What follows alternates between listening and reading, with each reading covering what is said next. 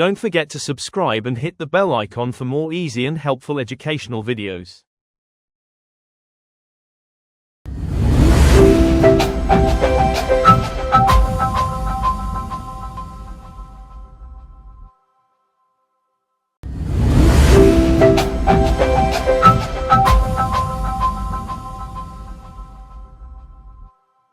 వివిధ రంగాలకు digital media platforms వినియోగించుకోవటం, అవకాశాలు, సంప్రదాయ జర్నలిజం, సామాజిక మాధ్యమాల ప్రభావం, ఈ టాపిక్స్ గురించి మనం మాట్లాడుకోవాలి.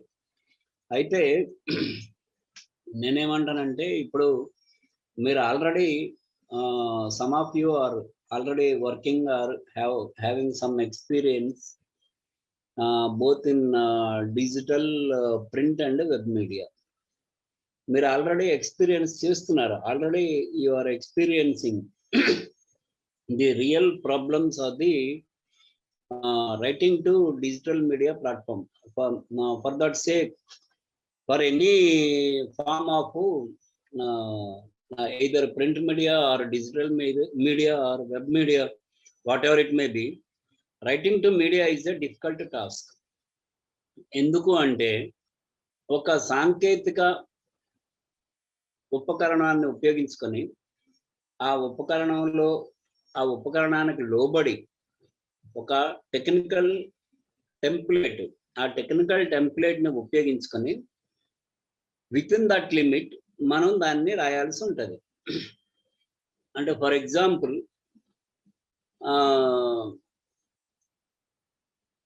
ఒక టాపిక్, ఢిల్లీలో కమ్మేస్తున్న పొగ అనే ఒక వార్త ఉందనుకుందాం. ఢిల్లీలో కమ్మేస్తున్న పొగ అనే వార్త మనం అది న్యూస్గా ఇస్తున్నామా, ఒక ఫీచర్గా ఇస్తున్నామా, లేకపోతే ఒక బిగ్ స్టోరీ చేస్తున్నామా, లేకపోతే జనరల్ స్టోరీ చేస్తున్నామా, లేకపోతే యాడ్ ఆన్ స్టోరీ చేస్తున్నామా, లేకపోతే బ్యానర్ స్టోరీ చేస్తున్నామా? బ్యానర్ అంటే ప్రింట్ మీడియాకి వచ్చేసరికి, ఓపెన్ స్టోరీ అయితే ఎలక్ట్రానిక్ మీడియాకి వచ్చేసరికి, వెబ్ మీడియాలో అయితే స్పెషల్ స్టోరీ చేస్తున్నామా? ఇది మనం మైండ్లో పెట్టుకోవాల్సి ఉంటుంది. మీరు జనరల్గా ఫార్మల్ న్యూస్ కింద ఇవ్వాలనుకుంటే, ఢిల్లీలో కమ్మేస్తున్నటువంటి ఈ కాలుష్యంపై సుప్రీంకోర్టు ఆగ్రహం వ్యక్తం చేసింది. దీన్ని నివారించడానికి రాష్ట్ర ప్రభుత్వం ఏం చర్యలు తీసుకుంది అని ప్రశ్నించింది. అవసరమైతే రాష్ట్ర ప్రభుత్వం లాక్డౌన్ పెడతాం అని పేర్కొంది. లాక్డౌన్ అంటే ఎంతకాలం పెడతారు అని సుప్రీంకోర్టు ప్రశ్నిస్తే, ఎంతకాలమైనా సంపూర్ణ లాక్డౌన్ సైతం పెట్టడానికి సిద్ధంగా ఉంది అని ఢిల్లీ ప్రభుత్వం సుప్రీంకోర్టుకు తెలిపింది. ఇది ఒక 4 లైన్లు అనుకుందాం. అనుకుంటే ఇది న్యూస్లో చెప్తే మనకు ఒక 30 సెకండ్లు ఢిల్లీ ముఖ్యమంత్రి ఫోటో, సుప్రీంకోర్టు ఫోటో, ఢిల్లీలో కాలుష్యం తాలూకా దృశ్యాలు అలా చూపిస్తూ బ్యాక్గ్రౌండ్లో యాంకర్ పార్ట్లో మనం ఈ 4 లైన్లు చదివిస్తాం. దీనికి ఒక 20 సెకండ్లు పడుతుంది అంతే. దీన్ని మనం ఒక బిగ్ స్టోరీ కింద చేయాలి. బిగ్ స్టోరీ అంటే దాదాపు 1 అవర్ కానీ, హాఫ్ అన్ అవర్ కానీ, 45 మినిట్స్ కానీ మనం చేయాలనుకున్నాం అనుకోండి, మనకి డీటెయిల్స్ కావాలి.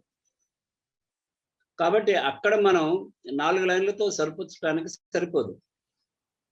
అలాగే మనం ప్రింట్ మీడియాలో ఉన్నాం, మనం ఒక పేరా, 2 పేరాలు, 3 పేరాలు, 4 లైన్లు రాసి న్యూస్ పేపర్లో సుప్రీంకోర్టుకి అవసరమైతే సంపూర్ణ లాక్డౌన్ విధిస్తాం ఢిల్లీ ప్రభుత్వం, సుప్రీంకోర్టుకి తెలిపిన ఢిల్లీ ప్రభుత్వం అని అన్నాం అనుకోండి, 4 లైన్ల వార్త అది వార్తగా ఆకర్షించదు. దానికి కొంచెం డీటెయిల్స్ యాడ్ చేయాలి. కాబట్టి మన ఛాలెంజెస్ ఏంటంటే, మనం రాస్తున్నటువంటి, now we are focusing on digital form కాబట్టి, ఎలక్ట్రానిక్ మీడియా కానీ, వెబ్ మీడియా కానీ మనం రాసేటప్పుడు మనం ఏ అంశం పైన దేనికోసం రాస్తున్నాం, ఏ ఫార్మాట్ కోసం రాస్తున్నాం అనేది కూడా మైండ్లో పెట్టుకొని మనం రాయాలి. అది బిగ్ ఛాలెంజ్. ఈ రాసేటప్పుడు ఏంటి, మనకి అన్ని కూడా ఫ్యాక్ట్స్ ఉండాలి. ఏదో ఒబుసుపోని కథ, ప్రేమించడం ఎలా, భోజనం చేయడం ఎలా, నిద్రించడం ఎలా, ఇట్లాంటి వార్తలు కాకుండా ఇప్పుడు స్టాటిస్టికల్ డేటా బేస్డ్ జర్నలిజం అనేది వచ్చింది.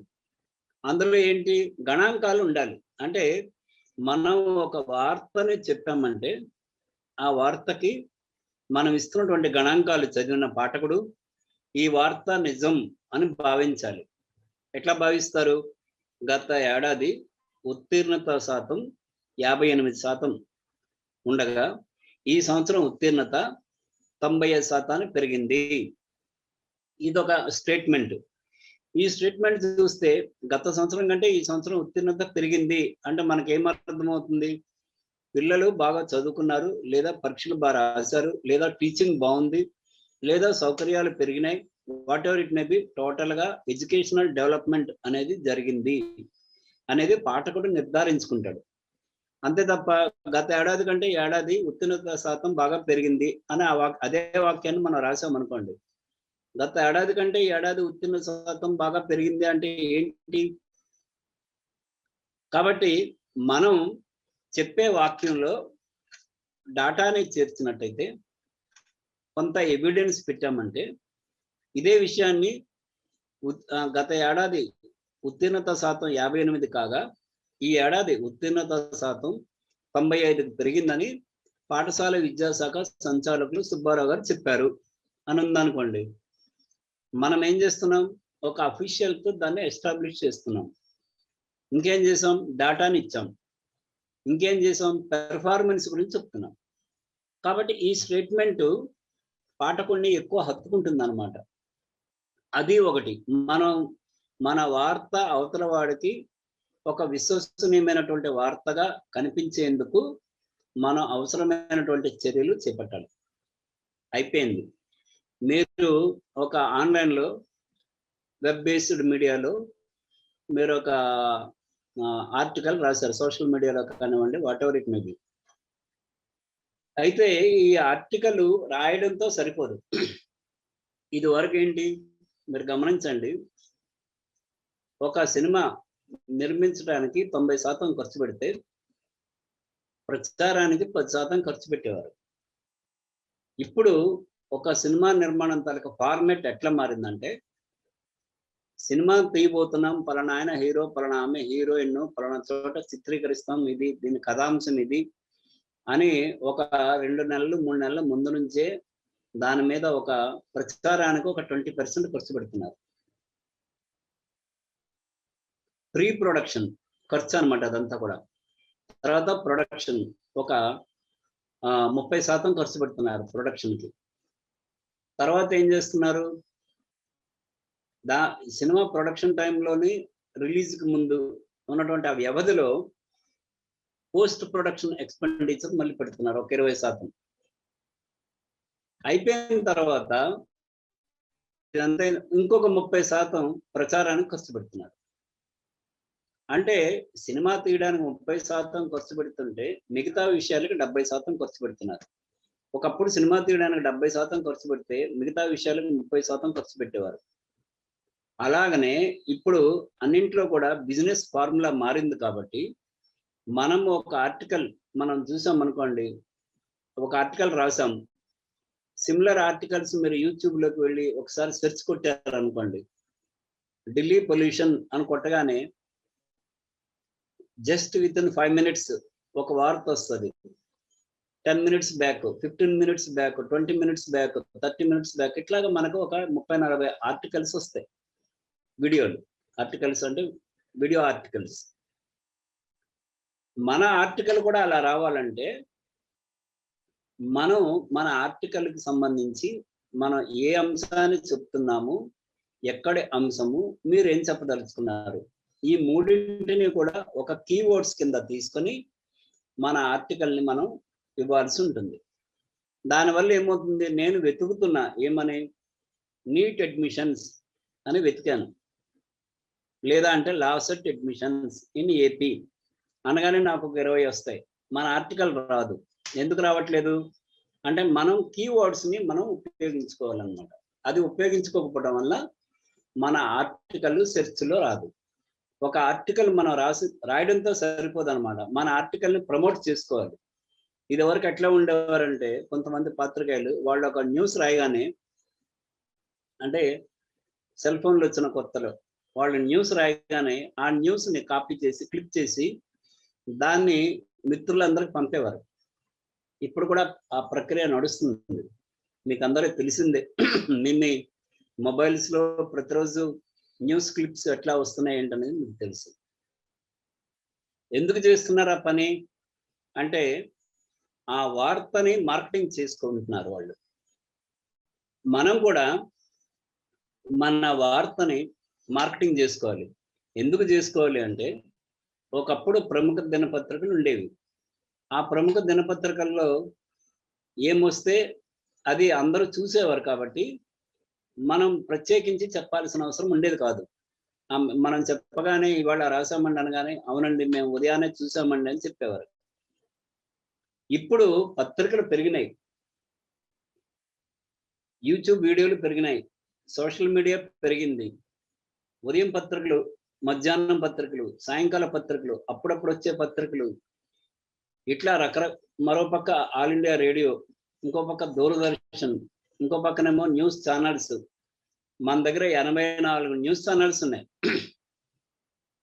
ఇన్ని న్యూస్ ఛానల్స్ ఏ ప్రోగ్రామ్ ఎప్పుడు వస్తుందో, ఏ న్యూస్ ఎప్పుడు వస్తుందో మీ దగ్గరకు వచ్చి ఒక వీడియో రికార్డ్ చేసి ఒక ప్రోగ్రామ్ రికార్డ్ చేసి వెళ్తే వాళ్ళు అది ఎప్పుడు మనం అడిగామనుకోండి ఒక 3-4 అయ్యో మీ ప్రోగ్రామ్ వచ్చేసింది కదండి 3 రోజుల క్రితం అంటున్నారు.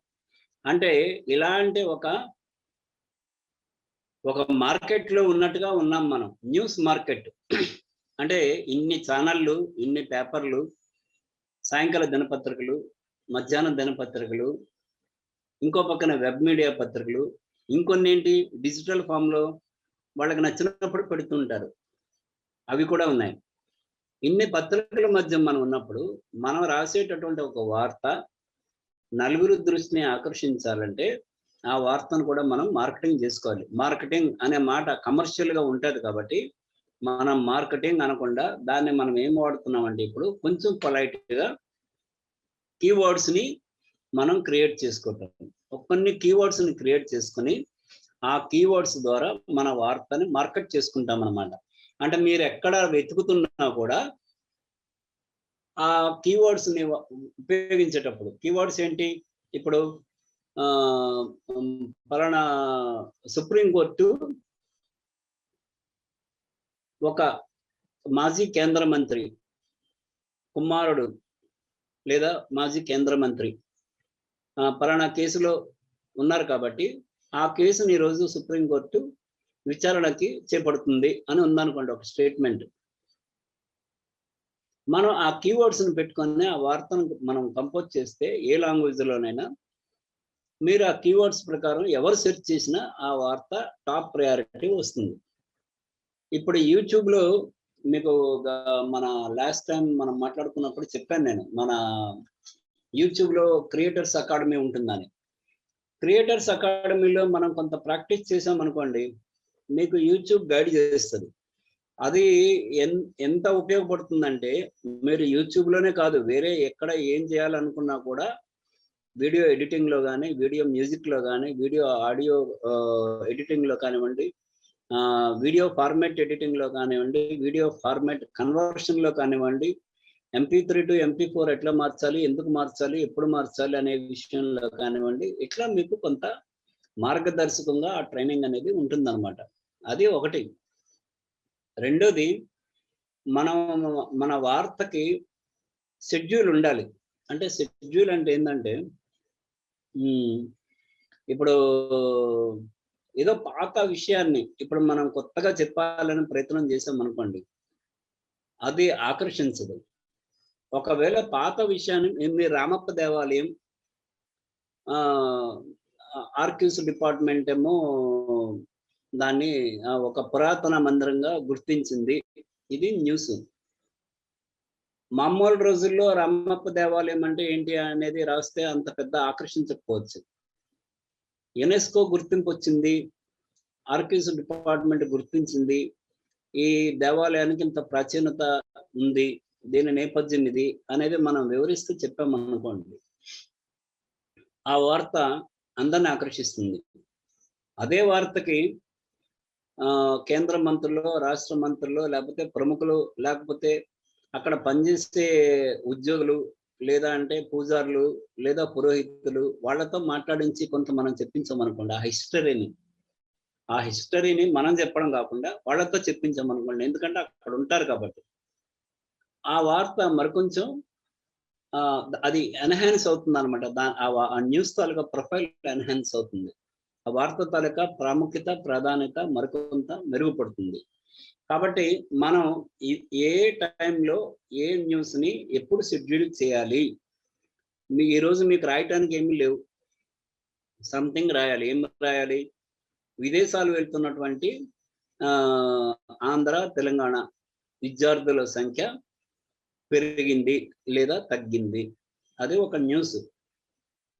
ప్రతి ఏటా ఆంధ్ర, తెలంగాణ ప్రాంతాల నుంచి 2 లక్షల మంది విద్యార్థులు వివిధ దేశాల్లో విద్యకు లేదా ఉన్నత విద్యాభ్యాసానికి వెళ్తున్నారు. కానీ ఈ ఏడాది సంఖ్య తగ్గింది, లేకపోతే 1 లక్షకు పడిపోయింది, లేదా 2.5 లక్షలకు పెరిగింది అనే ఒక న్యూస్ మనం రాద్దాం అనుకున్నాం. దానికి ఒక టైమింగ్ అనేది ఉండాలి. ఇప్పుడు ఏం జరుగుతుంది? కీలకమైన అంశాలు, ఆ అంశాలని దృష్టిలో పెట్టుకోవాలి. మీరు అది దృష్టిలో పెట్టుకోకుండా వేరే వార్త మనం ఇచ్చామనుకోండి, దానికి విజిట్స్ కానీ, చూసేవాళ్ళు కానీ, చదివేవాళ్ళ సంఖ్య తక్కువగా ఉంటుంది. కాబట్టి మనం ఒక టైమింగ్ పెట్టుకోవాలి. మనం రాసే వార్తని ఒకవేళ రాసుంటే దాన్ని పక్కన పెట్టాలి. పక్కన పెట్టి దానికి ఒక షెడ్యూలింగ్ ఇచ్చి ఏ టైంలో ఇది వస్తే బాగుంటుంది అనేది మనం చూసుకోవాలి. ఇంకొకటి, ఇప్పుడు మనం ఇచ్చే ఇందాక చెప్పాను మార్కెటింగ్ అనే మాట, దాన్ని మనం మరికొంచెం మోడిఫైడ్గా చెప్పుకోవాలనుకుంటే బ్రాండింగ్. మీరు ఒక వార్త రాశారు, ఈ వార్త నేను ఇంతకు ముందే రాశా, పలానా రోజునే ఈ వార్త వచ్చింది, దీంట్లో నిందితులు వీళ్ళు, ఈ కేసులో నిందితులు వీళ్ళు, ఈ వార్తను మేము ముందే ప్రచురించాం అని మీరు ఒక 2-3 వార్తల్ని మీరు చెప్పగలిగారు అనుకోండి. చెప్పగలిగినప్పుడు ఏమవుతుంది? ఆ పత్రికకి లేదా ఆ ఛానల్కి ఒక విశ్వసనీయత అనేది పెరుగుతుంది. ఇప్పుడు కొన్ని పంచాంగాలు మీరు చూసారంటే, ఆ పంచాంగాల్లో పంచాంగ కర్తలు వాళ్ళు ఏం చెప్తారంటే, పంచాంగం ఓపెన్ చేయగానే మేము గత ఏడాది చెప్పినవి నిజమైనవి ఇవి అని కొన్ని పాయింట్లు రాస్తారు. ఆ రాసి ఇదిగోండి ఇవన్నీ మేము చెప్పాము, ఇవన్నీ నిజమైనవి అని చెప్తారు. కావాలంటే కొంతమంది వీడియో ఎవిడెన్స్ కూడా పెడుతున్నారు. ఇప్పుడు కావాలంటే యూట్యూబ్లోకి వెళ్ళి మేము పలానా రోజున చెప్పాము అని. మీకు రీసెంట్గా ఒక ప్రముఖ సినీ నటి విడాకులకు సంబంధించిన అంశం బాగా చర్చ జరిగినప్పుడు, ఆ చర్చలో కొంతమంది ముందుకొచ్చి ఇది వీళ్ళు కలిసి ఉండలేరు, విడిపోతారని మేము చెప్పాము అని కొంతమంది వాళ్ళు ప్రకటించుకోవడం జరిగింది. ప్రకటించుకొని ఇదిగోండి కావాలంటే పలానా సంవత్సరం మేము 5 ఏళ్ల క్రితం 4 ఏళ్ల క్రితమే ఈ విషయాన్ని చెప్పాం, వాళ్ళ పెళ్లి కాకముందునే మేము చెప్పాము, పెళ్లి చేసుకుంటే ఇట్లా జరుగుతుంది అని ప్రకటించుకున్నారు. వెంటనే ఏమైంది? ఈయన చెప్పిన మిగతా విషయాలు ఏమున్నాయి అని వీడియోలు ఆయన గురించి సెర్చ్ చేయటం అనేది పెరిగింది యూట్యూబ్లో.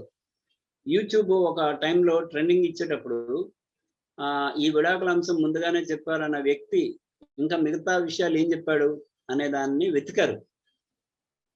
అంటే ఏమైంది? అది ఆటోమేటిక్గా వైరల్ అయిందనమాట.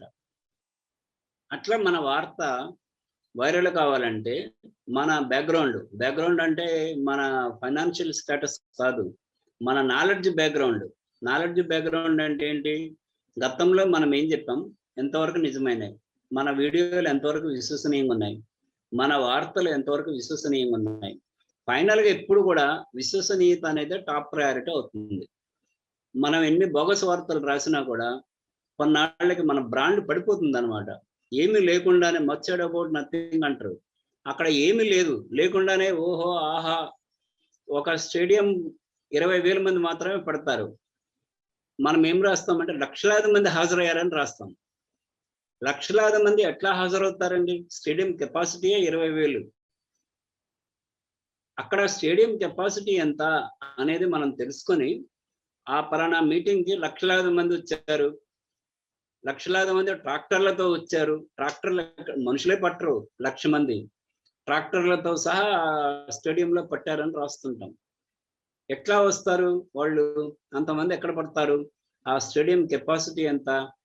మనం ఒక వార్తా సేకరణకి వెళ్ళేటప్పుడు మైన్యూట్ డీటెయిల్స్ మనం సేకరించాలి. కొన్నిసార్లు కొంతమంది నాయకులు ఆరోపణలు చేస్తుంటారు. ఒక ప్రాజెక్ట్ ఒక స్కీమ్ ఉంది. ఆ స్కీమ్‌కి కేటాయించిన డబ్బులు 10 కోట్లు. వాడేమంటాడు? ఈ స్కీమ్‌లో 100 కోట్లు తిన్నారు అని అంటాడు. 100 కోట్లు ఎలా తింటారు? అది ఆ స్కీమ్‌కి ఉన్నటువంటి డబ్బులే 10 కోట్లు. అక్కడ రిక్రూట్‌మెంట్ ఏమో 10 మందికి ఇచ్చారు అవకాశం. వాడేమంటాడు ఆరోపణలు చేసేవాడు? 100 మందిని అక్రమంగా నియమించారంటాడు. ఉన్నది నియమించిందే 10 మందిని, కెపాసిటీయే 10 మంది, ఇంటేకే 10 మంది. అక్కడ పర్మిషన్ ఇచ్చిందే 10 మందిని నియమించడానికి. 100 మందిని అక్రమంగా నియమించారంటే ఎట్లా నియమిస్తారు? కాబట్టి ఒక ఆరోపణ చేసేటప్పుడు మనం ఆరోపణలలో నిజమెంత, అబద్ధం ఎంత మనకి మనం ఎగ్జామిన్ చేసుకోవాలి. ఎగ్జామిన్ చేసుకొని నేను చెప్తున్నటువంటి ఆరోపణ ఒక్కొక్కసారి వాళ్ళు చెప్పిన ఆరోపణలలో నిజముంటాయి. ఒక ఆయన వచ్చి, సార్ ఈ పేపర్ లీక్ అయింది సార్ అని చెప్పాడు నాకు. అది నేషనల్ ఎగ్జామినేషన్, భారతదేశం అంతా జరుగుతుంది. పేపర్ లీక్ అయింది అంటున్నాడు. అది మనకి ఉన్న నాలెడ్జ్ ఒక్కొక్కసారి ఏమవుతుందంటే మనకి తెలివి ఎక్కువ ఉన్నా కూడా ప్రమాదం అవుతుంటది. తెలివి ఎక్కువ ఉంటే ఏమవుతుంది? మనం ట్రాఫిక్ లో ఉన్నాం. మనకి తెలివితేటలు బాగా ఉన్నాయి. ఏం తెలివితేటలు? ట్రాఫిక్ వెహికల్స్ బాగా వేగంగా వస్తుంటాయి. మనం ఆ వెహికల్స్ ని చూసుకొని దాటాలి, లేదా వెహికల్స్ రానప్పుడు మనం రోడ్డు దాటాలి. ఇట్లాంటి బేసిక్ కామన్ సెన్స్ అనేది మనకు ఉంటుంది. ఎప్పుడు చదువుకున్నప్పుడు, లిటరేట్స్ అయినప్పుడు మనం ఏం చేస్తాం? యువతలు నిల్చొని చూస్తుంటాం. వెహికల్స్ వెళ్తూనే ఉంటాయి. రోడ్డు దాటడానికి అరగంట పడుతుంది మనకి. ఒక ఇల్లిటరేట్ ఉంటాడు వాడు రోడ్డు పక్కన ఉంటాడు. వాడు ఏం చేస్తాడు? వెహికల్స్ మధ్యలో వెళ్ళిపోతుంటాడు. హార్న్ కొడుతుంటారు, వెహికల్స్ సడన్ బ్రేక్లు వేస్తుంటాయి, కానీ వాడు రోడ్డు దాటుతాడు.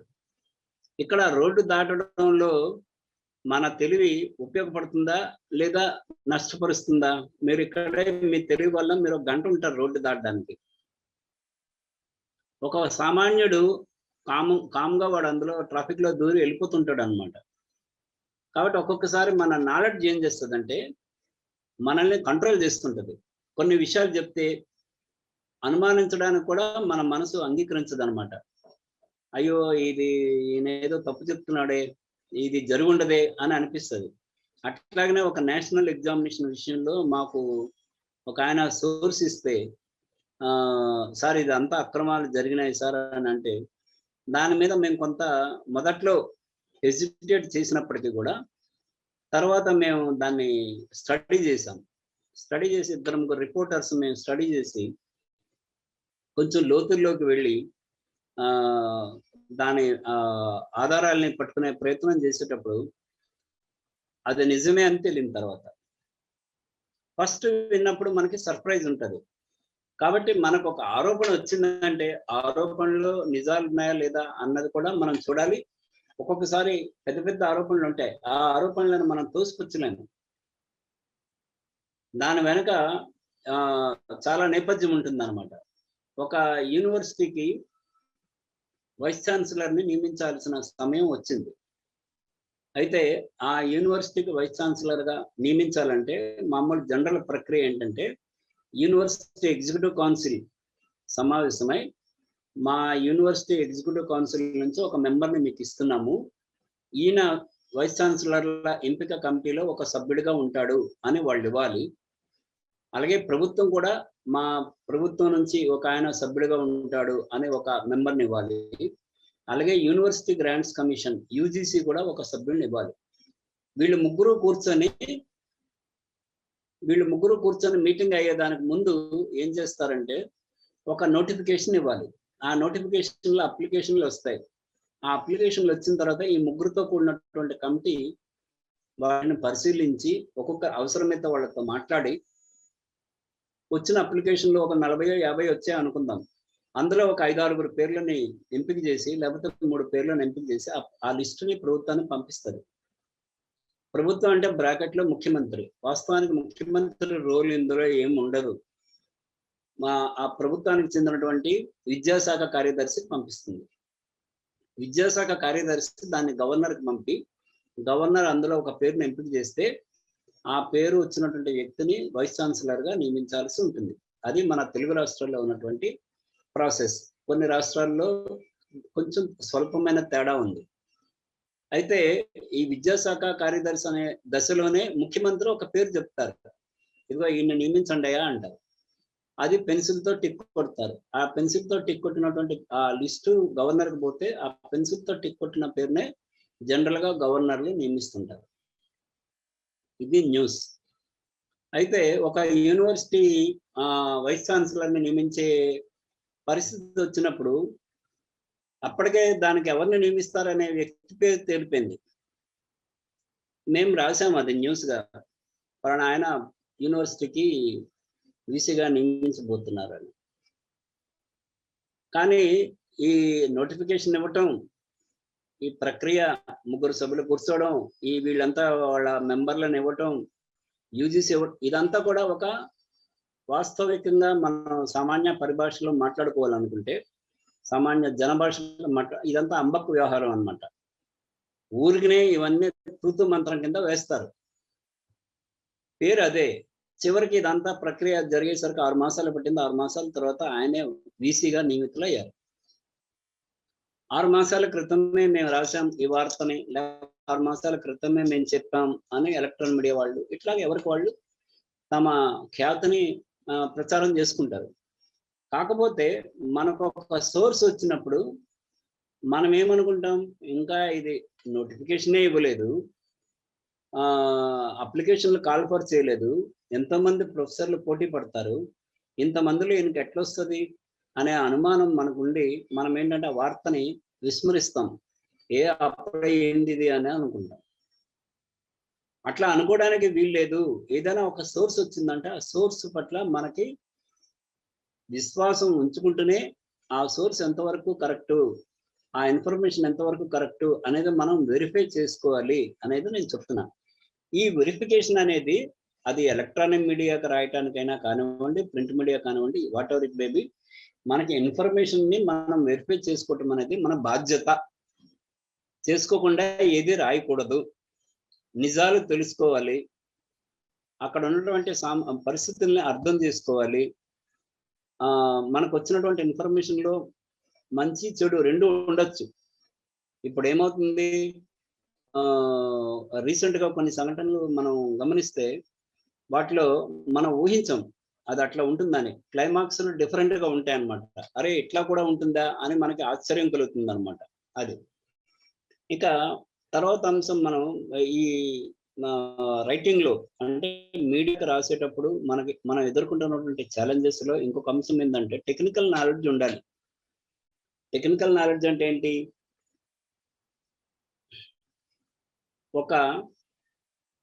ఒక ఎగ్జామ్ జరుగుతుంది. లేకపోతే ఒక రైతు పంట పండిస్తున్నాడు. లేకపోతే కరోనా వ్యాధి వచ్చింది. ఇలాంటివి జరిగేటప్పుడు ఉప్పెన వచ్చింది, లేకపోతే భారీ వర్షాలు కురిసాయి. భారీ వర్షాలు కురిసినప్పుడు ఏం జరుగుతుంది? పంట నష్టం జరుగుతుంది. ఆ పంట అంటే ఏంటి? అందులో రెగ్యులర్ క్రాప్ ఉండొచ్చు, సంప్రదాయ పంటలు, కమర్షియల్ క్రాప్ ఉంటుంది, తర్వాత మనకి తోటలు ఉంటాయి, తర్వాత పూల మొక్కలు ఉంటాయి, ఉద్యానవనాలు ఉంటాయి, తోటలు ఉంటాయి, సంప్రదాయ పంటలు ఉంటాయి. ఇట్లా మనకి వాటి మీద అవగాహన ఉండాలి ఒక వార్త రాయాలంటే. ఇప్పుడు కరోనా వచ్చింది. అసలు కరోనా అంటే ఏంటి? అది ఎట్లా ఎఫెక్ట్ అవుతుంది? ఎక్కడి నుంచి వచ్చింది? దాన్ని ఎదుర్కోవటం ఎట్లా? ఎదుర్కోవడానికి ప్రభుత్వం చేస్తున్నటువంటి ప్రయత్నం ఏంటి? వైద్యులు చేస్తున్నటువంటి ప్రయత్నం ఏంటి? సమాజం చేస్తున్నటువంటి ప్రయత్నం ఏంటి? ప్రభుత్వ యంత్రాంగం ఎలా కదిలి ముందుకొచ్చింది? ఒక దశలో మన ఒక వాస్తవం చెప్పడానికి ప్రభుత్వాలు మా రాష్ట్రంలో 1,00,000 మంది చనిపోయారు అని చెప్పారు అనుకోండి, మనం నెక్స్ట్ డే పెరుగుతున్న మరణాలు అంటే ఏంటి? మరణాలు పెరుగుతున్నాయంటే మరుసటి రోజు పేపర్‌లో అది రాగానే అది ఎలాంటి మెసేజ్ ఇస్తుంది అంటే, ప్రభుత్వం కరోనాని అదుపు చేయటంలో విఫలమైంది అనే మెసేజ్ జనంలోకి పోతుంది. లక్షలాది మంది పెరిగారు అనగానే, లక్షలాది మంది పెరిగారు అనగానే ప్రభుత్వం వైఫల్యాన్ని చూపిస్తుంది అనమాట అది. అటువంటి మెసేజ్ పోతుంది. అటువంటి మెసేజ్ పోయినప్పుడు ప్రభుత్వాలు ఏం చేసినాయి? మరణాల సంఖ్యని కావాలనే కుదించాయి. ఒక రాష్ట్రంలో హైకోర్టు మరణాల సంఖ్యని, ప్రతిరోజు జరిగిన మరణాల సంఖ్యని లిస్టు తీసుకొని రమ్మని ప్రభుత్వాన్ని ఆదేశించినప్పుడు తెలంగాణలో ప్రభుత్వం లిస్ట్ ఇచ్చింది. ఇచ్చినప్పుడు ఏం చెప్పిందంటే, ప్రభుత్వ ఆసుపత్రుల్లో ఉన్నటువంటి మరణాల సంఖ్యను మాత్రమే ఇచ్చింది. అంటే మనం పేపర్లలో రోజు ఇంతమంది చనిపోయారు, అంతమంది చనిపోయారు అనేది కేవలం ప్రభుత్వ ఆసుపత్రుల్లో మరణాల సంఖ్య మాత్రమే. అప్పుడు హైకోర్టు క్వశ్చన్ చేసింది, మరి ప్రైవేట్ ఆసుపత్రుల్లో మరణాల సంఖ్య ఏంటి అని. ప్రైవేట్ ఆసుపత్రుల డేటా మా దగ్గర లేదు, ఎందుకంటే ప్రైవేట్ ఆసుపత్రుల మీద మా నియంత్రణ లేదు, మా కంట్రోల్ లేదు, కాబట్టి మేము వాటి ఆ గణాంకాల జోలికి మేము పోలేదు. వాళ్ళు ఇచ్చిన సంఖ్యను తీసుకుంటున్నాము, అప్పుడప్పుడు వాళ్ళు చెప్తున్న సంఖ్యను యాడ్ చేస్తున్నామని ప్రభుత్వం చెప్పింది. అప్పుడు హైకోర్టు ఆ అంశాన్ని సీరియస్ గా తీసుకొని కంప్లీట్ డీటెయిల్స్ డేటా ఇవ్వాలి అని ఆదేశించింది. అంతకుముందు ఏంటంటే తెలంగాణ ప్రభుత్వం 1-2 పేజీల్లో మాత్రమే ఈ కరోనా అప్డేట్ అనేది ప్రతిరోజు ఇచ్చేది. ఎప్పుడైతే హైకోర్టు అట్లా అన్నదో, అక్కడ నుంచి ఏం చేశారు? ఒక 50-60 పేజీల డేటా రాత్రి 9-9:30 లేదా 10 గంటలకి రిలీజ్ చేయడం మొదలుపెట్టింది. అంటే మీకు ఒక ఇన్ఫర్మేషన్ కోసం మీరు ఎదురు చూస్తున్నప్పుడు అది క్లుప్తంగా మీకు అందితే మీరు ఏం చేస్తారు? టకటక రాసుకుంటారు. రాత్రి 9:30 అప్పుడు మీకు 40-50 పేజీల డేటా వస్తే, అందులో అంతా టేబుల్లో గణాంకాలు ఉంటే మీరు ఏం వెతుక్కుంటారు? ఎక్కడ వెతుక్కుంటారు? అది ఒక ప్రింట్అవుట్ తీయాలన్నా కూడా కుదరదు. ఒక పీడిఎఫ్ ఫైల్ కింద పెట్టుకొని మనం సిస్టంలో ఒక పేజీ బై పేజీ మనం చూసుకుందామన్నా కూడా మనకు పిచ్చెక్కినట్టుగా ఉంటుంది. కాబట్టి మనం ఒక వార్త రాసేటప్పుడు నీటిపారుదల శాఖ దానికి సంబంధించినటువంటి కనీస పరిజ్ఞానం, సాంకేతిక పరిజ్ఞానం ఉండాలి. వ్యవసాయం, పంటలు, ఎకరాలంటే ఏంటి, పంట విస్తీర్ణం అంటే ఏంటి, లేకపోతే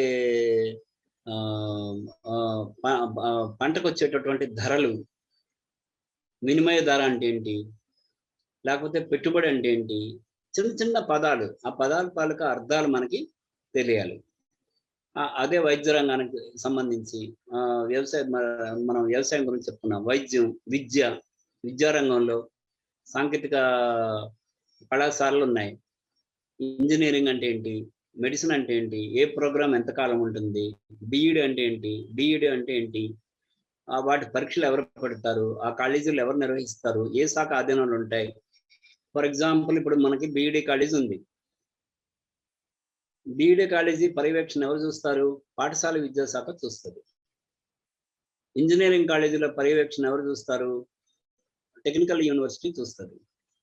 IIIT Rajiv Gandhi university of knowledge RGUKT ఉందనుకోండి, దాని కంట్రోల్ ఎవరు ఉంటుంది? అది ఇండిపెండెంట్, దానికి కంట్రోల్ పైన ఎవరు ఉండరు.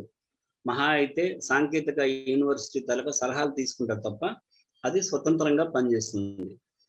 అంటే ఒకటి స్వతంత్రంగా పనిచేస్తుంది, ఒకటి పాఠశాల విద్యాశాఖ ఆధీనంలో ఉంది, ఇంకొకటి టెక్నాలజికల్ యూనివర్సిటీ ఆధీనంలో ఉంది. యూనివర్సిటీల పనితీరుని మార్గదర్శకం చేసేది ఎవరు? ఉన్నత విద్యా మండలి. యూనివర్సిటీల తాలూకా హైయర్ ఎడ్యుకేషన్ UG PG పరీక్షలు పెట్టేది ఎవరు? Concerned university. మరి ఉన్నత విద్యాశాఖ వాళ్ళ పని ఏంటి? వాళ్ళ పని ఏంటంటే కరికులం తయారు చేస్తారు. తయారు చేసిన కరికులంని ఎవరు ప్రింట్ చేస్తారు? తెలుగు అకాడమీ ప్రింట్ చేస్తుంది. ఇంటర్మీడియట్ బోర్డ్ అంటే ఏంటి? ఇంటర్మీడియట్ డైరెక్టరేట్ అంటే ఏంటి? ఇంటర్మీడియట్ బోర్డు ఏమో పరీక్షలు నిర్వహిస్తుంది, వాటి తాలూకా ఫలితాలను ఇస్తుంది. ఇంటర్మీడియట్ డైరెక్టరేట్ అంటే ఏంటి? ఇంటర్మీడియట్ జూనియర్ కాలేజీల నిర్వహణ, అక్కడ పనిచేసేటటువంటి లెక్చరర్లు, వాళ్ళ బదిలీలు, వాళ్ళకి సంబంధించిన నియామకాలు, జూనియర్ కాలేజీలో పనులు, ఇతరత్ర అన్ని కూడా ఇంటర్మీడియట్ డైరెక్టరేట్ చూస్తుంది. అంటే మనం ఇంటర్మీడియట్ జూనియర్ కాలేజీలో మరమ్మతులు అని రాగానే డైరెక్టరేట్ గుర్తు రావాలి. పరీక్షలు అనగానే ఏం గుర్తు రావాలి? ఇంటర్మీడియట్ బోర్డు గుర్తు రావాలి. ఇంటర్మీడియట్ బోర్డుకి డైరెక్టరేట్కి ఒకరే ఉండొచ్చు, కమిషనర్, కానీ 2 పోస్టులు వేరు వేరు. అలాగే మనకి ఇప్పుడు డిస్ట్రిక్ట్ ఎడ్యుకేషనల్ ఆఫీసర్ డిఈఓ, ఏది పాఠశాల విద్యకి. జూనియర్ కాలేజీలకి 2 పోస్టులు ఉండేవి. డిస్ట్రిక్ట్ వొకేషనల్ ఎడ్యుకేషనల్ ఆఫీసర్ అని ఒక పోస్ట్ ఉండేది, డివిఈఓ అని చెప్పేసి. ఇప్పుడు ఇంటర్మీడియట్ ఎడ్యుకేషనల్ ఆఫీసర్ అని వచ్చింది. అంటే ఆ 2 పోస్టులు కలిపి విలీనం చేసి ఒక పోస్ట్ కింద మార్చారు. మరి ఇంటర్మీడియట్ అది. కాలేజీలకు వచ్చేసరికి ఎవరు ఉంటారు? ఆర్జేడి ఉంటారు. ఆర్జేడి హైయర్ ఎడ్యుకేషన్ అని ఉంటుంది. వీళ్ళకు ఉండేటువంటి వాళ్ళకు ఉండేటటువంటి బాధ్యతలు ఏంటి, వాళ్ళు లోకల్గా ఏం చేస్తారు, వాళ్ళ దగ్గర నుంచి మనం ఎటువంటి ఇన్ఫర్మేషన్ ని మనం తీసుకోవచ్చు అనేది దాని మీద మనకి అవగాహన ఉండాలి. అవగాహన ఎట్లా వస్తుంది? మనకు కొంత టెక్నికల్ నాలెడ్జ్ ఉంటే, బ్యాక్గ్రౌండ్ నాలెడ్జ్ ఉంటే మనం పోయి ఆ ప్రశ్న మనం వేయగలుగుతాం. మనం చెప్పుకున్నాం, ఏదో మన higher education minister press meet అవుతుంది అంటే, ఇప్పుడు విద్యాశాఖకి ఒకరే ఉన్నారు. ఇది వరకు 3 మంత్రులు ఉండేవారు. పాఠశాల విద్యకు ఒక మంత్రి, ఉన్నత విద్యకు ఒక మంత్రి, సాంకేతిక విద్యకు ఒక మంత్రి ఉండేవారు. సాంకేతిక విద్య, ఐఐటీలు ఇవన్నీ కలిపి, కార్మిక శాఖ అంతా కలిపి ఒక డిపార్ట్మెంట్ కింద ఉండేది. తర్వాత 3 డిపార్ట్మెంట్లు వేరువేరుగా విడదీశారు. ఇప్పుడు ఒకరే ఉంటున్నారు. ఒకవేళ 2 ఉన్నారు అనుకుందాం. Higher education minister press meet అవుతున్నప్పుడు మనం 10th రిజల్ట్ ఎప్పుడు ఇస్తారండి అని అడగకూడదు. మనం హైయర్ ఎడ్యుకేషన్ గురించే మాట్లాడాలి. 10th క్లాస్ విషయం వచ్చేసరికి మనం స్కూల్ ఎడ్యుకేషన్ మినిస్టర్ని అడగాలి. కాబట్టి ఈ విధంగా మనం జాగ్రత్త తీసుకోవాలి. మన వార్తా సేకరణలో కానివ్వండి, రాసేటప్పుడు కానివ్వండి, ఇదంతా కూడా. తర్వాత మనకి భాష గురించి మీకు వేరే క్లాసులు అయినాయి కాబట్టి నేను ఎక్కువ డీటెయిల్డ్గా భాష విషయంలోకి వెళ్ళను. కొన్ని పదబంధాలు ఉంటాయి, ప్రాంతీయ పదబంధాలు ఉంటాయి, మాండలిక మాటలు ఉంటాయి. ఈ తేడాని మనం గుర్తుపెట్టుకొని మనం రాయాలి. ఏం చేస్తాం అని బొత్స సత్యబాబు వార్తని ఒక దినపత్రిక రాసేటప్పుడు ఆ హెడ్డింగ్ పెట్టారు. అది మిగతా ప్రాంతాల వాళ్ళకి అర్థం కాకపోవచ్చు, కానీ ఒక్కొక్కసారి మాండలికాల్లో ఉన్నటువంటి ఆ స్వీట్నెస్, ఆ తీయదనం పాఠకుడిని ఆకర్షిస్తుంది అన్నమాట. ఇప్పుడు శ్రీకాకుళం జిల్లాకి వెళ్ళామంటే అక్కడ మాండలికం వేరుగా ఉంటుంది. రాయలసీమకు వచ్చేసరికి అక్కడ మాండలికం భాష ఒకటే, కానీ ఆ స్లాంగ్ అనేది కొంచెం వేరియేషన్స్ ఉంటాయి. ఈస్ట్ వెస్ట్కి వచ్చేసరికి ఆ వేరియేషన్స్ కొద్దిగా ఉంటాయి. కృష్ణా జిల్లాలో ఒక రకంగా ఉంటుంది, అటు రాయలసీమ ప్రాంతానికి పోతే ఒకలా ఉంటుంది. చిత్తూరులో రాయలసీమకి చిత్తూరుకి ఒకటే దీంట్లో ఉన్నప్పటికీ కూడా భాష విషయంలో కొంచెం వేరియేషన్స్ ఉంటాయి. ఇటు తెలంగాణకు వచ్చేసరికి అదే తెలుగు భాష, తెలంగాణలో మనకి వేరియేషన్ చాలా విజిబుల్లీ కనిపిస్తుంది అన్నమాట. కాబట్టి మనం ఈ తర్వాత వ్యాకరణం, భాషా వ్యాకరణం ఈ మధ్యన కొన్ని హెడ్డింగ్లు పెడుతున్నారు. అంటే పేరులో సవం, క్రియాపదం 2 కలిపి హెడ్డింగుల్లో పెట్టేస్తున్నారు. అది కొన్నిసార్లు దానికి రెస్పాన్స్ బాగున్నప్పటికీ కూడా, పాజిటివ్గా ఉన్నప్పటికీ కూడా అక్కడ ఉన్నటువంటి వ్యాకరణం సరిగా ఉందా లేదా అనేది కూడా మనం చూసుకోవాలి. వ్యాకరణం నిన్న ఒక టీవీ ఛానల్లో పెద్ద అక్షరాలతో ఒక పావుగంట సేపు స్క్రోలింగ్ వేశారు. ఆ వాక్యం తాలూకా సింటాక్స్, వాక్య నిర్మాణం సరిగా లేదనమాట. అందులో బోలెడు తప్పులు ఉన్నాయి. కానీ అదే అదే స్టేట్మెంట్ అని పదే పదే అంటే మార్చకుండా, దాన్ని మోడిఫై చేయకుండా చూపించడం జరిగింది.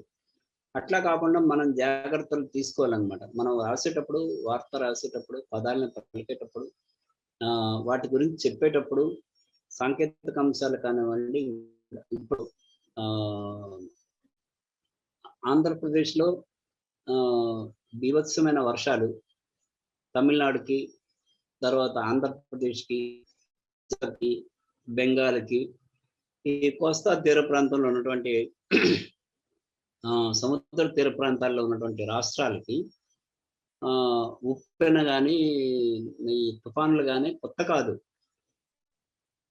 కానీ ఎప్పుడు వస్తున్నప్పటికీ కూడా ఉప్పెన రాబోతోంది, అల్పపీడనం ఏర్పడింది అనే వార్త మనం రాసేటప్పుడే గతంలో ఎన్నిసార్లు ఉప్పెన వచ్చింది, ఇప్పుడు ఏ ప్రాంతాల్లో రాబోతోంది, అసలు ఉప్పెన ఎందుకు వస్తుంది, లేదా తుఫాన్ ఎందుకు వస్తుంది, ఆ తుఫాను రావడం వల్ల దాని ప్రభావం ఎట్లా, ఇలాంటి అనుబంధ వ్యాసాలు రాసామనుకోండి, అవి ఖచ్చితంగా పాఠకులు చదువుతారు. ఎందుకంటే ఆ సందర్భాన్ని అనుసరించి ఇప్పుడు కరోనాకి నివారణకి ఒక టాబ్లెట్ వచ్చింది. ఇంకా మార్కెట్‌లోకి రాలేదు. తయారైంది. దాన్ని అనుమతుల కోసం పంపారు అనే వార్త ఉందనుకుందాం. ఆ వార్త ఈ కరోనా వ్యాక్సిన్ కోసం తిరిగి single vaccine, double vaccine, second dose అయిపోయిన తర్వాత ఇప్పుడు బూస్టర్ డోసు, తర్వాత రానున్న రోజుల్లో ఎన్ని డోసులో ఏంటో ఇదంతా భయమున్న వాళ్ళకి టాబ్లెట్ వస్తుంది అనగానే అబ్బా! ఎంత హాయిగా ఉంది. ఇదేదో టాబ్లెట్ వేసుకుంటే పోతుంది అనే ఆలోచనతో ఆ వార్తకి ఇంపార్టెన్స్ పెరుగుతుంది. అంటే ఇప్పుడు కరోనాతో భయపడుతున్నటువంటి సమయంలో కరోనా గురించి, వరదలు, తుఫాన్లు ఆ సమయంలో వాటి గురించి, ఎన్నికల సమయం, ఎన్నికల గురించి, ఆహ్, అలాగే పరీక్షల సమయం, పరీక్షల గురించి, పాఠశాలలు తెరిచే సమయం, అప్పుడున్న పరిస్థితులు, పాఠ్య పుస్తకాలు, స్కూళ్ళు, సౌకర్యాలు వాటి గురించి. ఇట్లాగా సీజనల్‌గా సంవత్సరం పొడవునా మనకి కొన్ని జరిగేవే రిపీటెడ్ హ్యాపెనింగ్స్ ఉంటాయి. ఆ రిపీటెడ్ హ్యాపెనింగ్స్‌లో ఏవైతే తరచుగా జరుగుతుండే సంఘటనలే మళ్ళీ మనం దాన్ని మోడిఫై చేసి, కొత్తగా కరెక్షన్స్ చేసుకుంటూ, ఆ డాటాను పెట్టుకొని, మనం దాన్ని ఎప్పటికప్పుడు అనుబంధ స్టోరీలుగా మనం అందించొచ్చు. ఒక ప్రముఖ దినపత్రికలో వర్షాలు రాగానే ఈ అల్పపీడనం యు ఆకారంలో ఉందా? ఎస్ ఆకారంలో ఉందా? సముద్రంలో ఎక్కడుంది? అక్కడి నుంచి మిగతా ప్రాంతాలను ఎట్లా తాకుతుంది? తాకిన తర్వాత ఏమవుతుంది? బొమ్మలు, డిజైన్‌లతో సహా వార్తలు రాయటం అనేది ప్రారంభించింది. ప్రారంభించాక మిగతా వాళ్ళు ఏం చేస్తారు?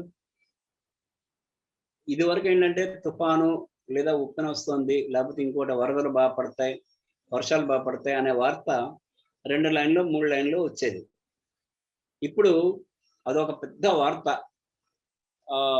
వస్తున్నప్పుడు ఈ టీవీ ఛానెల్‌లో మీరు గమనిస్తే గొడుగులు వేసుకొని మరి ఆ ప్రాంతాలకు వెళ్ళి అక్కడ లైవ్ ప్రత్యక్ష ప్రసారాల్ని అందిస్తున్నారు. వరదల్లో సహాయపడుతున్న వాళ్ళు, ఇబ్బందులు పడుతున్న వాళ్ళ గాథలు వినిపిస్తున్నారు.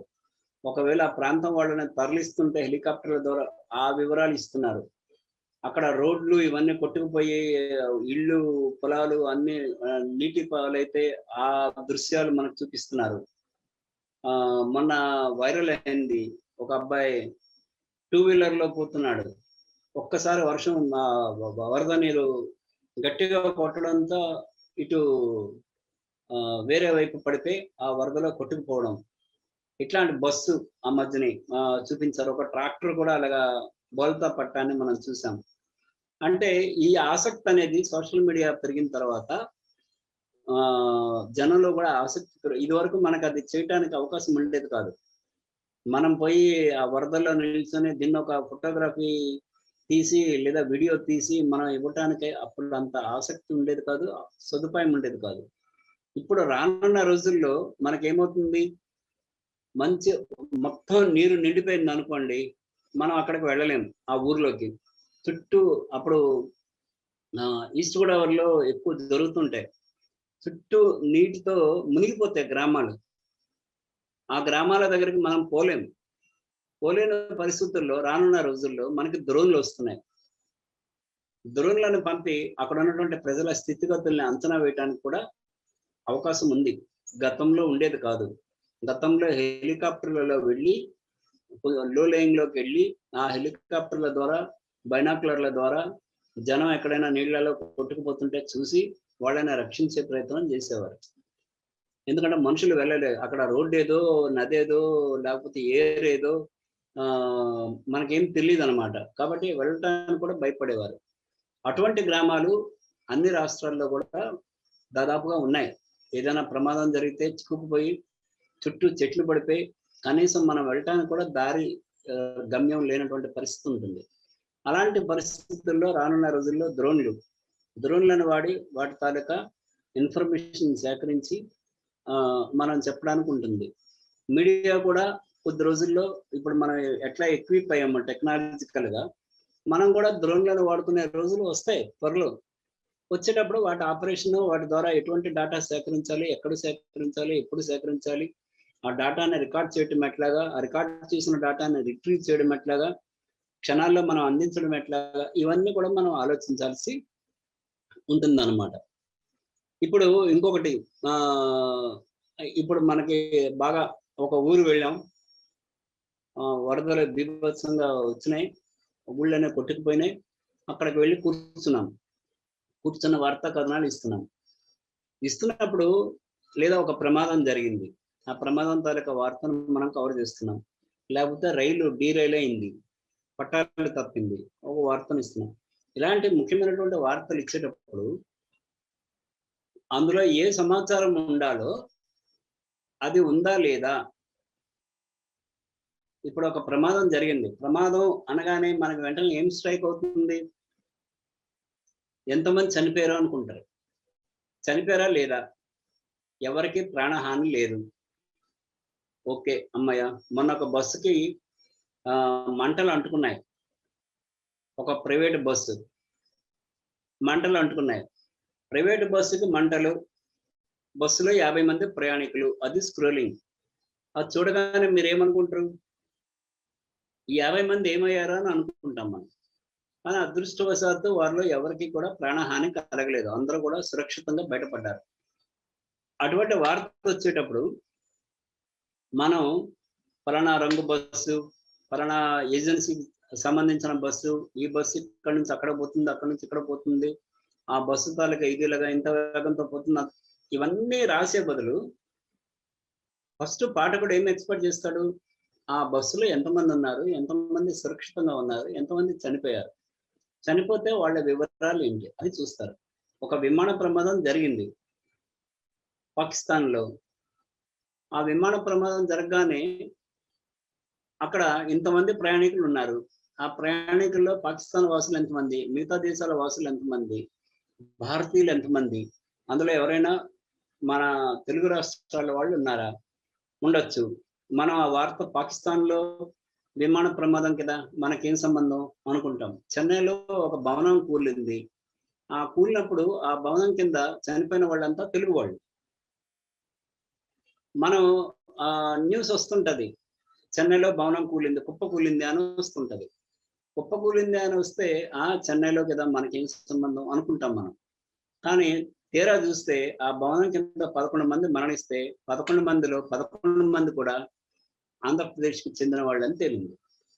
ఆ తేలినప్పుడు ఆ మృతదేహాలను తీసుకురావడం, ఆ గ్రామాలకు చేరవేయటం, వాళ్ళ బంధువులకి చెప్పడం, వాళ్ళకేదో పరిహారం అందించడం, ఇటువంటి ప్రభుత్వపరమైనటువంటి కొన్ని సహాయక చర్యలు చేపట్టాల్సి వస్తుంది. ఆ చేపట్టిన దశలో మనం ఒక మీడియా పర్సన్ గా మన ప్రాంతానికి సంబంధించిన వాళ్ళు ఎవరైనా ఉన్నారా, ఉంటే వాళ్ళు ఎవరు, వాళ్ళ కుటుంబ సభ్యులు ఎక్కడ, వాళ్ళకి సమాచారాన్ని ఇవ్వటం. ఇప్పుడు ర్యాంక్స్ అనౌన్స్ చేస్తున్నారు, ఎంసెట్ లో ఫస్ట్ ర్యాంక్ పలానా అమ్మాయి, డాటా ఇస్తారు. మనమే ఆ అమ్మాయికి మనం ఫోన్ చేసి, అమ్మ నీకు ఫస్ట్ ర్యాంక్ వచ్చిందమ్మా, ఆమె వెబ్లోకి పోయి ఆన్లైన్లో ఆమె ర్యాంక్ ఎంత అనేది చూసుకునేలోగానే మనం చెప్పి, నీకు భవిష్యత్తులో నువ్వేం కావాలనుకుంటున్నావు, నీ ఫ్యూచర్ ప్లాన్ ఏంటి అని తెలుసుకొని అప్పటికప్పుడు మనం ఎలక్ట్రానిక్ మీడియాలో స్క్రోలింగ్ లో ఇవ్వడానికి కూడా అవకాశం ఉంటుంది. కాబట్టి బేసిక్ డేటా ఏది అవసరం, ఆ డేటాని మనం ఇస్తున్నామా లేదా అనేది మనం చూసుకోవాలి. అంటే స్కిమ్మింగ్ లా కాకుండా, అంటే రాసిందే రాసి చెప్పిందే చెప్పి కాకుండా, ఇన్ఫర్మేషన్ లో క్రిస్ప్ గా క్లుప్తంగా, విశ్వసనీయంగా అవసరమైనటువంటి సమాచారాన్ని మనం ఇస్తున్నామా లేదా అనేది ఒకటి మనం చూసుకోవాలి. తర్వాత ఏం చూసుకోవాలి, ఇప్పుడు మీరు ఆన్‌లైన్ చూసారనుకోండి, న్యూస్ పేపర్స్ ఒకసారి గమనిస్తే మీకు అర్థమైపోతుంది. ఆ న్యూస్ పేపర్‌లో ఏముంటుంది? ఆన్‌లైన్ న్యూస్ పేపర్ గురించి చెప్తున్నా. న్యూస్ పేపర్ అంటే ప్రింట్ ఫార్మ్ కాదు. వెబ్ మీడియాలో. వాడు ఏం చేస్తాడంటే ఒక వార్త జరగగానే ఇమ్మీడియేట్‌గా క్లుప్తంగా బ్రీఫ్ నోట్ పెట్టేస్తాడు. ఆంధ్రప్రదేశ్ హైకోర్టు ఈ కేసులో ఈ విధంగా స్పందించింది. Brief note. తర్వాత దాన్ని అప్డేట్ చేస్తారు. అప్డేట్ చేసేటప్పుడు ఆ డాటాని అంతటిని కూడా మళ్ళీ రిఫ్రెష్ చేసి అవసరమైనటువంటి కొత్త డాటాని యాడ్ చేసి మళ్ళీ ఇన్ఫర్మేషన్ ఇస్తారు. ఇమ్మీడియేట్‌గా పాఠకుడికి కావలసిన సమాచారాన్ని ఇవ్వటం అనేది జరుగుతుంది. కాసు బ్రహ్మానందరెడ్డి పార్క్‌లో కేబీఆర్ పార్క్‌లో ఒక సినీ నటి వెళ్తుంటే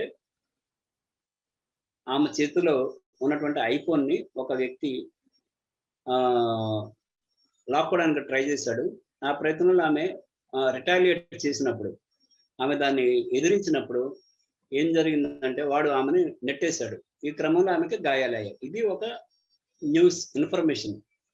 ఫస్ట్ మనం ఒక ఆన్‌లైన్ మీడియాలో ఛానెల్‌లో ఉంటే మనం ఏం చేయాలి? ఒక హీరోయిన్ ఉంటే కేబీఆర్ పార్క్‌లో దాడి, సెల్ ఫోన్‌ని వాడు పట్టుకుపోయాడు. అది బేసిక్ పాయింట్.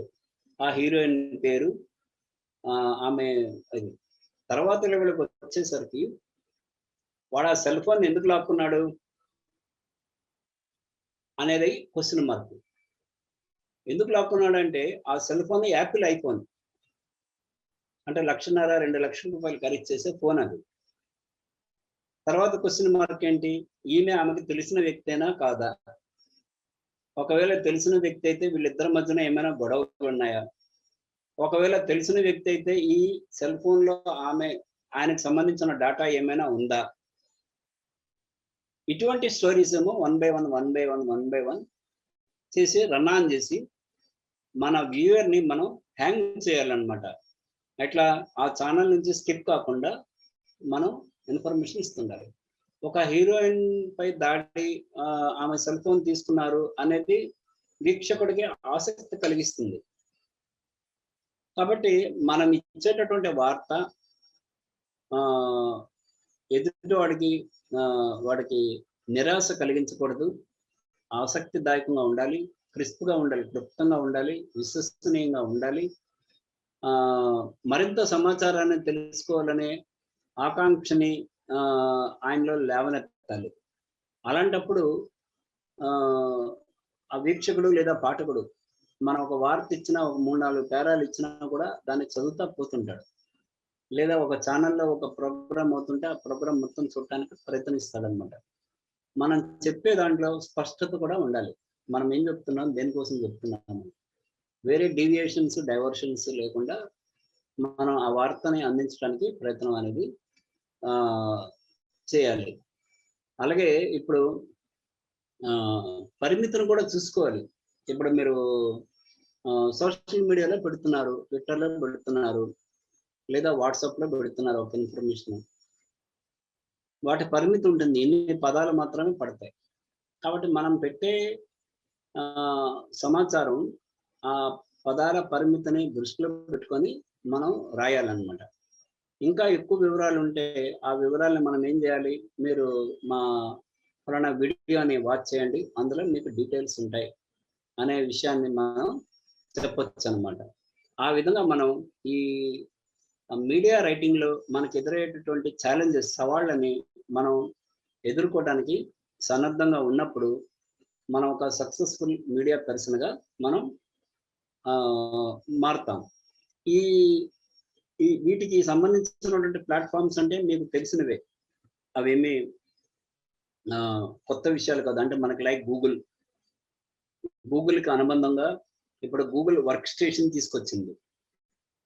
గూగుల్‌లో మీకు అనేక యాక్టివిటీస్ చేసుకోవడానికి డాక్స్ ఉంటుంది. గూగుల్ డాక్స్ ఉంటుంది. గూగుల్ యాడ్ సెర్చ్ ఉంటుంది. అంటే కొన్ని పదాలని మీరు అక్కడ గూగుల్‌లో వెతకొచ్చు. లేదా మీరే కొన్ని పదాలు యాడ్ చేయొచ్చు. గూగుల్ ఫోటోస్ ఉంటుంది. మీరే కొన్ని ఫోటోలను యాడ్ చేయొచ్చు. ఫ్రీ సెర్చ్ ఉంటుంది, ఫ్రీ మ్యూజిక్ ఉంటుంది, కీవర్డ్స్ టూల్స్ ఉంటాయి. అట్లాగే మీకు అనలిటిక్స్ ఉంటాయి. మీరు గూగుల్‌లో మరికొంచెం బఫరింగ్ ఇది కూడా ఇందాకలా మన మిత్రుడు ఎవరో అడిగారు. ఏమడిగారండి మీరు ఇందాకలా క్వెషన్? అది ఓపెన్ సోర్స్ ఇన్ఫర్మేషన్. ఓపెన్ సోర్స్‌లో మనకి మనం చెప్పాను మీకు కాపీరైట్ లిమిట్స్ ఉంటాయని. మనం ఒక ఫోటో డౌన్‌లోడ్ చేసేటప్పుడు ఫోటో కాపీరైట్ బేస్డా లేకపోతే ఫ్రీ మనం వాడుకోవచ్చా? ఫ్రీ యాక్సెస్‌లో ఉందా? అనేది కూడా మనం చూసుకొని మనం దాన్ని వినియోగించుకోవటం. అలాగే ఇప్పుడు ఫేస్‌బుక్‌లో కూడా మనం ఒక ప్లాట్‌ఫార్మ్ మన తాలూకా ఇవన్నీ కూడా. ఇప్పుడు అమెజాన్‌లో మనం ఈ సినిమాలు గట్టా చూస్తున్నాం. ఓటీటీ ఇదంతా కూడా. అమెజాన్ అంటే ఇదివరకు కేవలం వస్తువుల్ని అమ్మటం, కొనుగోలు చేయటం అనే ప్లాట్‌ఫార్మ్ కింద ఉండేది. ఆన్‌లైన్ మర్చంటైజ్ కింద ఉండేది. ఇప్పుడేమైంది అమెజాన్ కూడా తన బేస్‌ని వైడెన్ చేసింది. ఎట్లా? ఈ ఓటీటీలు వీటిని కూడా సోషల్ మీడియా దీంట్లోకి వచ్చేసింది. కాబట్టి ఈ ప్లాట్‌ఫార్మ్స్ అన్నింటిని కూడా మనం వాడుకొని మనం ముందుకెళ్ళటానికి వీలుంటుంది. ఇదే టాపిక్‌లో ఇంకొకటి ఏంటంటే సంప్రదాయ జర్నలిజం, సామాజిక మాధ్యమాలు అని ఉంది. సంప్రదాయ జర్నలిజంలో సామాజిక మాధ్యమాల ప్రభావం. ఈ సామాజిక మాధ్యమాల ప్రభావం ఏమవుతుంది? ఇప్పుడు మీకు సంప్రదాయ మీడియా అంటే ట్రెడిషనల్ మీడియా అంటే మన ప్రింట్ ఫార్మ్ అంతా కూడా comes under traditional media apart from other media. అయితే ఈ సంప్రదాయ మీడియాలో నేను ఒక పత్రికలో పనిచేస్తున్నా. ఆ పత్రిక మరుసటి రోజు ఉదయం వస్తుంది. మరి 24 గంటలు, 16 గంటలు, 15 గంటలు విదేశాల్లో ఉన్నటువంటి వాళ్ళు మనకంటే ముందు చూస్తారు వాళ్ళు మన పత్రికని. ఎందుకంటే దాదాపు మన పత్రికలన్నీ కూడా రాత్రి 12 గంటలకల్లా పత్రిక అప్డేట్ అయిపోయి అన్ని పేజీలు పెట్టేసి ఆ పత్రికని ఆన్‌లైన్‌లో అప్‌లోడ్ చేస్తారు. మనం 12 గంటకి మనం పడుకుంటాం. ఆ టైంలో యూఎస్‌లో ఉన్నటువంటి వాళ్ళందరూ కూడా అప్పుడే లెగుస్తారనమాట. లేవగానే మన పత్రికలన్నీ చదివేస్తారు. మనం ఎప్పుడో ఉదయం 5కో, 6కో లేచిన తర్వాత ఈ 5, 6 గంటల వ్యవధిలో వాళ్ళు మొత్తం పేపర్‌ని చదివుంటారు. అంటే మనకంటే కొన్ని దేశాల ప్రజలు మన పత్రికల్ని మనకంటే ముందు చదివే సౌకర్యం ఉంది.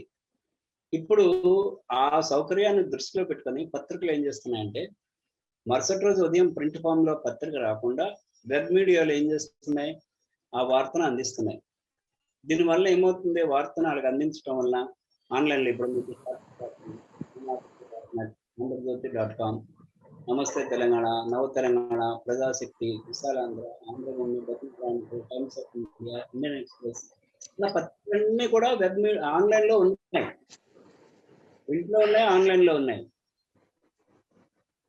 మనం ఈ ఆన్‌లైన్‌లో ఇవ్వటం వల్ల ప్రింట్‌లో మనకి పోతుందేమో, తగ్గుతుందేమో సర్క్యులేషన్ అని అనుకోవట్లేదు. అనుకోకుండా వార్తలు ఇస్తున్నాయి. దానివల్ల ఏమవుతుంది? వార్త తాలూకా వేగం పెరిగింది. ఫలానా వార్త జరిగిన వెంటనే మనం ప్రింట్ ఆర్గనైజేషన్స్ తాలూకా వెబ్ మీడియాలో కూడా మనం చూసుకోగలుగుతున్నాం.